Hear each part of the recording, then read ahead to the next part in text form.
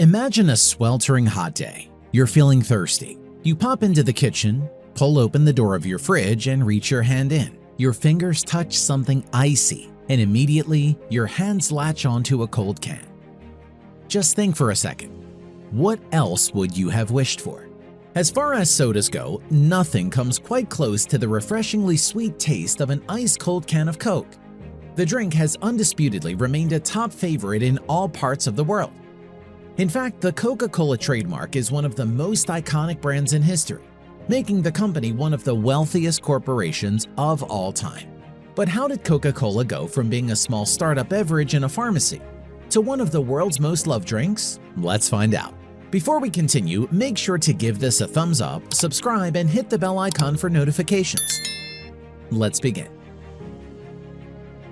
The story of Coca-Cola goes back more than 130 years ago to 1886. As hard as it is to believe, the drink was invented by a pharmacist named John Pemberton, because at the time, carbonated water was considered to be good for health. So what we now know and love as the world's greatest fizzy drink was originally supposed to be a medicine. Pemberton claimed that his drink would be a remedy for illnesses like nausea, heartburn, and headaches, and began selling it at a pharmacy in Atlanta for only 5 cents a glass. Soon enough, people started buying Coca-Cola as a beverage because of how delicious and addictive it was. In 1889, a businessman named Asa Griggs Candler seized the opportunity to purchase the rights to Coca-Cola from Pemberton and turned it into a global business by marketing and selling the beverage to a larger audience. In 1892, Candler officially established the Coca-Cola Company, which helped the beverage turn into a full-blown business. The first step Candler took to take Coca-Cola to the mainstream masses was when he expanded the drink into soda fountains in cities other than Atlanta. And as expected, it was an immediate hit. Just 3 years later, in 1895, Coca-Cola was being sold across the USA. By selling the rights to bottle Coca-Cola more broadly, Candler created nationwide demand for his product. In 1899, he sold the bottling rights for Coca-Cola to 3 enterprising businessmen: Benjamin F. Thomas, Joseph B. Whitehead, and John Lupton in Chattanooga, Tennessee, for just $1, forming what today is known as the Coca-Cola system. The system is a franchise partnership between the Coca-Cola Company and more than 250 bottlers worldwide, and extended the brand's reach into more than 200 countries. Candler also started an initiative that resulted in 10% of all products from 1887 to 1920 to be given away in order to build brand awareness. He also provided retailers with Coca-Cola merchandise like posters and festoons for decorations, and calendars and clocks for customers, which made Coke the first ever brand to market their product using things that were completely unrelated to the company. However, this helped Coca-Cola add a personal touch to their brand, and it ultimately ended up benefiting them more than anything else.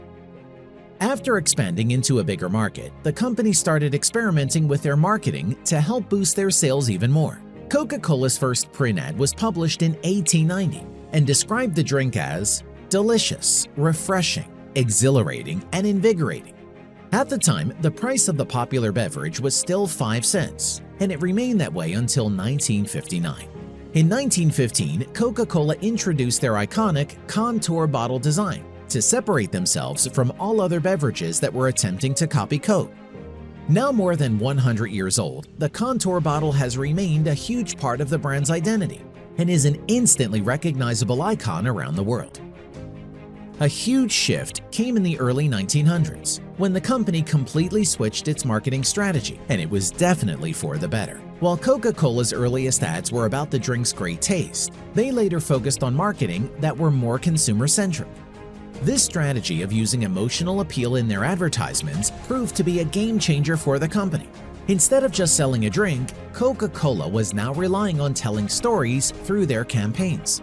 One of the best decisions that the Coca-Cola Company made in the 1940s was to contribute to the American troops during the war, which was something no other brand even thought of doing. Robert Woodruff, president of the company at the time, thought that every American serviceman and woman should have a supply of Coke at their disposal. So a group of Coke employees known as technical observers were dispatched with the American Army to set up, supervise, and monitor the operations of bottling units that would distribute Coca Cola to the U.S. troops abroad. Not only did this help Coke branch out into a wider market in different countries, but it also developed brand loyalty among American citizens, making them love and support the company for many years to come. After that, there was no stopping the success of Coca Cola. In the 1960s, the company made its first major acquisition when it bought the Minute Maid Corporation. At the time of this purchase, Minute Maid accounted for a third of the sales in the juice category in the United States and had developed a reputation for the quality of its product. The investment helped Coke diversify its market and venture out into a world outside carbonated drinks. Following this successful acquisition, Coke went on to introduce Sprite, the company's first lemon-lime drink, along with Tab, its first diet drink, and FRESCA, a sugar-free citrus drink. That was the beginning of the company venturing out into new territories. And since then, the Coca-Cola Company has grown to offer more than 3,800 different drinks of all kinds. But their signature product has always remained Coke. In the 1970s, when the whole world was shifting towards healthier eating, Coke started working on a low-calorie version of their original drink to meet consumer needs. Diet Coke was introduced in 1982 and became a huge fan favorite since it combined the great taste of Coca-Cola in a much more healthier formula. What's not to like? Within a year of Diet Coke's launch, it became the nation's top sugar-free beverage, proving that Coca-Cola had established itself to the point where it could take risks and experiment with their products without losing any customers. And speaking of customer needs, a monumental moment in the history of Coca-Cola was when the company decided to change up their original formula for the first time in 99 years in 1985. The initial reception to the new Coke made it seem like it was the end for the company. The brand had to deal with negative media attention, protests, letters, phone calls, and consumers trying to purchase as many bottles of the old Coke that they could get their hands on. While this might be considered a huge blunder on the company's part, in reality, it definitely helped the brand with its marketing, even though it was totally accidental. The incident established the fact that people had an emotional connection with Coke that prompted the company to bring back the original formula, helping Coke re-emerge as the largest soft drink in America. Moving into the early 2000s, the Coca-Cola Company continued innovating and introducing new products to establish themselves as a total beverage company that not only sold carbonated drinks, but also offered products like regular and low-calorie soft drinks, along with waters, sports drinks, energy drinks, tea, and even flavored milk, catering to tons of different markets at once. Currently, Coca-Cola's net worth reaches around $80.3 billion, making it one of the largest and most profitable beverage brands in the world. With over 1.7 billion servings of Coca-Cola products being sold every day, the company has left all of its competitors far behind. Despite having grown into a massive company with a diverse range of products, Coca-Cola's strategy has remained simple. The brand has managed to remain timeless, in the company's own words, selling happiness in a bottle. As far as the future goes, Coca-Cola is expected to remain one of the world's leading beverage manufacturers. The brand is also working on lessening their sugar levels to ensure that Coke always remains a healthy product to consume, showing once again that they care more about their customers than profiting off of their products. The reason why Coke has managed to build such a strong global empire is because the company has prioritized human connections over everything else.